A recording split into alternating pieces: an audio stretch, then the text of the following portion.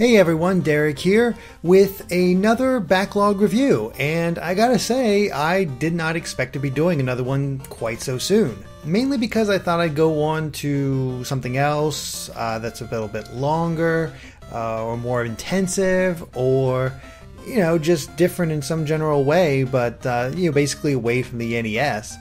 Yet, I had some free time, and I wasn't exactly tired, so I thought, you know what? Let's take a look at the NES, and I'm just going to pick the first one that I really see, and I ended up picking Chip and Dale's Rescue Rangers, which is a licensed game, and it has such a stigma nowadays, and of course it's a well-deserved stigma with most licensed products, but even back in the day, there were some real greats, and Chip and Dale Rescue Rangers is certainly one of them. I've loved this game ever since I was a kid, played the heck out of it, and I always thought I never beat it, but playing through it again, I actually have beaten it before. I remembered every little bit. I might have lost at the very end to Fat Cat. I'm not positive. But anyway, for those of you who are too young to remember, Chip and Dale's Rescue Rangers was a part of the Disney afternoon that basically cast Chip and Dale from the old Disney cartoons as a team that solved crimes that people didn't always take notice to because, of course, they're all animals. And just getting into various adventures that way with their own set of enemies and everything else. And it was a fun show. I loved the show as a kid. I ate it up. I think it was my favorite of the Disney afternoon block. I just loved Chip and Dale so much. I don't know what it was. And, it's funny looking back and realizing that the designs were based on Magnum P.I. and Indiana Jones. And, it's all these little things that you didn't realize back as a kid. And the nostalgia is there for me, of course, and the plot for this is dirt simple. Basically, the first mission starts out, Chip and Dale are looking for a lost kitten. Everybody splits up to sort of comb the area and find it, and turns out that it's all a trap set up by Fat Cat, and he actually kidnaps Gadget, and all of them have to go ahead and rescue her and put a stop to his plans, even though they don't really say what his plans are other than putting Gadget to work making inventions for him. Now, of course, I'm going up to the assumption that you guys actually have some knowledge of Chip and Dale's Rescue Rangers. If not, well, worth looking up the show. It's a really good one. Fat Cat was always sort of their primary antagonist. But yeah, so he kidnaps Gadget, and the funny thing is that they really actually show Gadget's resourcefulness the entire time, because she sets up this essentially cell phone in order to keep in contact with the Rangers, and basically gives you tips before each level in order to give you help you out a bit. And when I first started, I was actually kind of like surprised by the difficulty. Like in the first level, I died a little bit. I just had trouble with it. I was like, oh man, I forgot how brutal this game was. Because the first section in Chip and Dale's was quite long. So if you died, it was all the way back to the beginning and you just had to really get it down. I mean, but I like that. It really forced the players to get a knack for all this, because the game does change it up as you go through. And the basic gameplay is of course, it's a platformer. You jump and that's about it. The only other offensive option you have is picking up items. And I don't mean like power-ups or anything like that. I mean literally picking up items. You have several different things that you can pick up as you go through. The most common is small boxes, which you pick up, toss, and it typically takes out most enemies, but you only get one use out of it. Then you have apples and sometimes a log. They work the same way, which are heavier and actually gimp your jump. You don't jump quite as high whenever you're carrying it, but it keeps going. It's not going to hit an enemy, bounce off, and be done. It's actually going to barrel through multiple enemies. Not something that pops up too often in this game, but it is, cool to have that extra firepower when you need it. And, it helps, differentiate the type of things you can throw. Then there's the concrete blocks, which you can't throw very far at all. However, you can actually use them for puzzles where you can like build up to other areas or go across a chasm, make it to jump a little easier, stuff like that. And the final one is a bomb, which is very powerful, but if you hold it too long, it'll explode in your face, of course.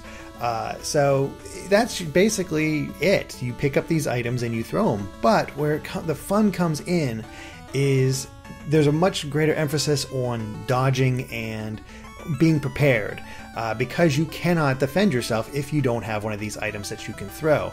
And it actually is very clever in how you can toss these items and use them.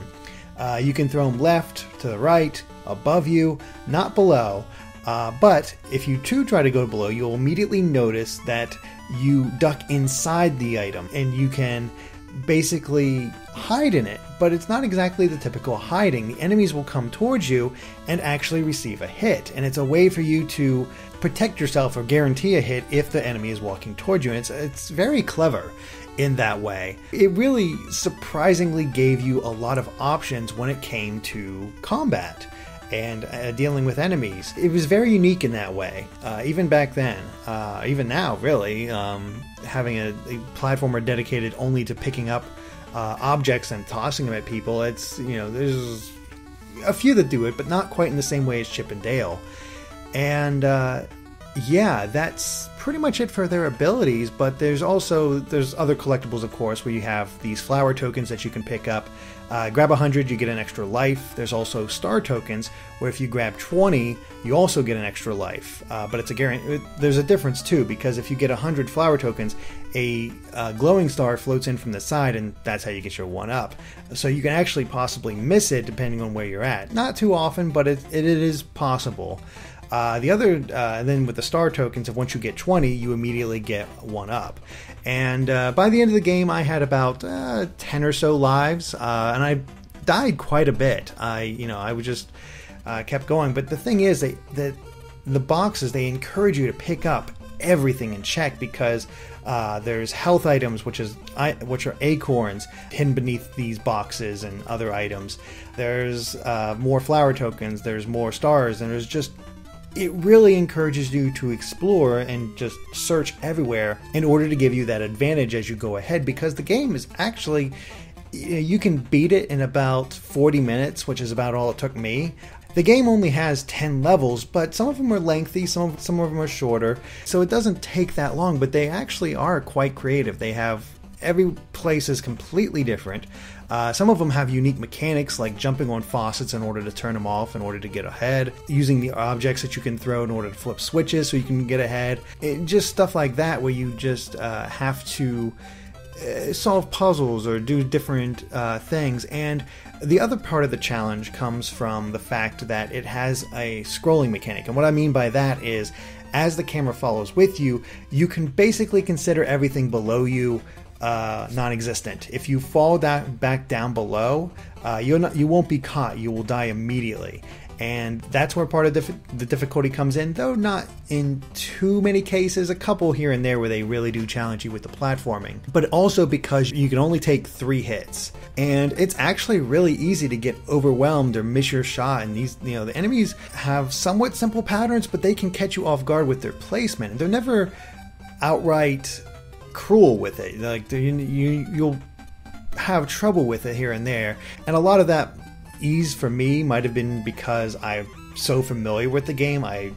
As I was playing through it, I remembered, oh yeah, I did this, and this is what I had to do, and oh yeah, I did this, and the nostalgia really helped. But I don't think it's that much more difficult, even if you went in there completely blind. The bosses all have you use a red ball that you can toss either way, but you also have to be careful with it, because if you get hit by this red ball, you actually get stunned for a little bit and be open to their attacks.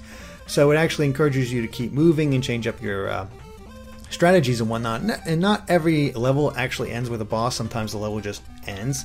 And you don't even have to play all 10 levels. You can actually, there's splits in the paths, and you can go whichever way you want to go.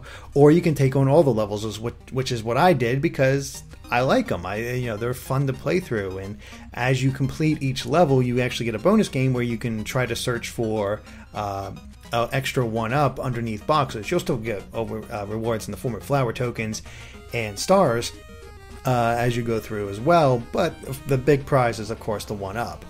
And it's not difficult. It's a great game for kids, especially at that time, because it challenged you, but not to a frustrating degree. You wanted to keep playing, and I guess I don't remember beating the game because it does get difficult. I mean, one of the last bosses actually threw me for a loop because he didn't actually attack.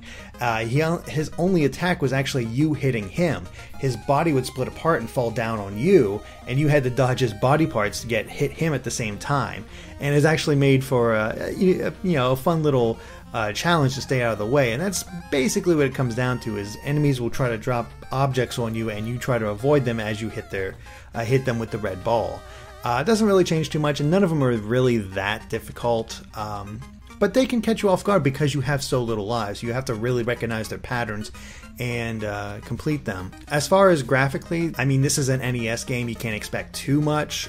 Most of it looks pretty good. Chip and Dale, they look like their characters. There's sprite artwork for them in the form of these cutscenes, and they really do look like the characters. However, there's some one in particular, when you finally rescue Gadget, and that's 3 levels before you actually have to confront Fat Cat, you get to see her model, and you give her flowers, and it's sort of like this competition thing for the multiplayer, which I'll get to soon. Her model is so ugly. It just looks awkward. It's terrible. That's the only blight, because everything else, it's clean, it's bright, it's colorful, you can recognize everything. Hell, they made the sewer level fun, which is always an impressive feat. I guess, speaking of the allies, you got Gadget giving you tips. Monterey Jack just opens gates sometimes. He's kind of useless, honestly. You find a piece of cheese, he does his typical thing where he follows the smell and breaks through a fence, and it's kind of pointless. It's just sort of like, stick him in that way. The best one by far, though, is Zipper, who is the fly buddy of Monterey Jack. And what he does is he's basically an invincibility, but he's the best kind of invincibility. Not only are you immune to all damage, this little guy flies around and kills everything in one hit. It is just like, as soon as you get him, you want to take off and go, because he will kill everything in his path, and it's kind of amazing. The enemies have great variety, usually only appearing in 1 or 2 levels, but everything just has this great variety, and they match their thing. They're difficult. Some enemies towards the later half have multiple hits. Some of them will run towards you, sending boxes your way. One enemy that's can be really tricky to figure out how to do it initially is a bird that actually catches the box, rotates around, and spits it back at you to like stun you. And he has such a huge hitbox that you need to kill him. I tried multiple times where I screwed up, where I had to jump over him, and I'd almost always get hit. He has such a strange hitbox that I just could not avoid him. So you really do have to figure out how to take him down. Music, this is Disney Capcom. Disney Capcom always did great work. If you're familiar at all with the DuckTales game and the remastered version, you know how good the music is. It's not quite as iconic as that, but I still feel it's really, really good. They just some match better for levels than others, but they even got the Chip and Dale title theme down, and it sounds like it. It's an 8-bit rendition, and it sounds so good. It brings back that nostalgia. So yeah, I highly recommend this game. It's short. I'm not sure. I think it's pretty rare as well. I was fortunate enough to just get this as a kid, so it's a little harder to find, but I highly recommend it. It's short, but it's sweet, and it does have multiplayer. Though I'm not, unless you're really good friends. And even then, maybe not. Multiplayer, as a kid, I remember this. I played with a few friends, and we maybe got to the 3rd level, maybe the 2nd, because here's the problem. You can not only pick up the boxes, but you can pick up each other.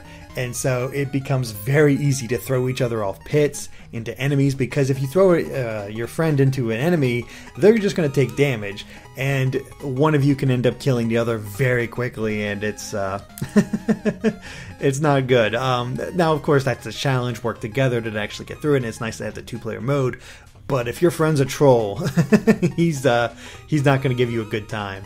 So I think 2-player is way harder. And that, if you want to challenge him beating the game, there it is. it will definitely provide one. I suppose the last thing I should say about the game, I've noticed a lot of people, especially when DuckTales Remastered first came out, that people want Way Forward to give Chip 'n Dale Rescue Rangers the same treatment, and I hope they do, because the game stands up. I think kids would really enjoy it. I'd love to see them get all the original actors back in the same way, flesh out the story, and really do something with it. And I think this game is still unique enough that even a remake like Way Forward did for DuckTales Remastered would work incredibly well. So I hope it happens. Not sure if it will or not, but we will see. With that said, guys, I hope you enjoyed this backlog review of Chip 'n Dale's Rescue Rangers for the NES, and we'll see you next time. All right, guys. Bye.